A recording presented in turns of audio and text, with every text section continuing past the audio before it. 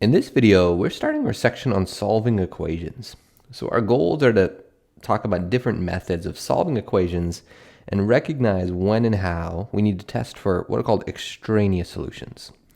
So I want to start by talking about how we solve linear equations. So linear equations will involve things that look like the equation of a line. Like when I look at x plus 4, that looks like the equation of a line.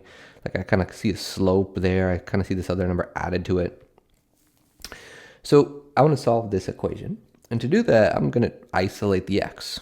So to isolate it, I need to get rid of this plus 4 that's next to it. And to do that, I subtract 4 from both sides. So subtract 4. And on the left, that'll leave me with just x. On the right, minus 3 minus 4, that becomes a minus 7. And I got it. That's my value for x. And if I wanted to be thorough, I could check this. I could test it.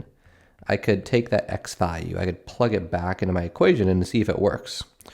So if I take that negative 7 and I add 4 to it, well, I do see negative 7 plus 4. That does equal negative 3. So I'll put a little check mark. That does work. Whenever we have the time, it's good practice to do that. There's some situations where it's absolutely necessary, and we'll talk about when those are, but it's good practice to check those answers by just plugging them back in. All right, so part B. Part B, now to isolate this x, I need to get rid of the 3 that's multiplying it.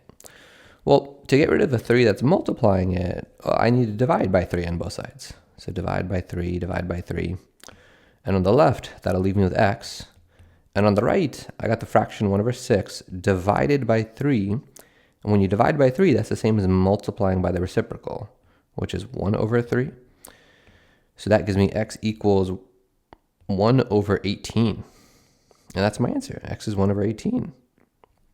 I'd encourage you to check this one as well by plugging it back in to see if it works, but it turns out it does. Okay, and then finally for part C, well, to isolate this, in this case, the variable's t, what I can do is I can subtract 4t on both sides. If I subtract 4t on both sides, that'll kind of move the 4t over here. So 5t minus 4t is just t. And then I'm going to add 2 to both sides. That'll end up moving the 2 to the left, which will give me a positive 2. So notice I kind of did 2 steps in one. The more of these that you see me do, the more I'll kind of do stuff like this in my head. And I'll just keep in mind, well, what happens when I do that? Okay, so moving those things around, I just get t equals 2. And that's my answer.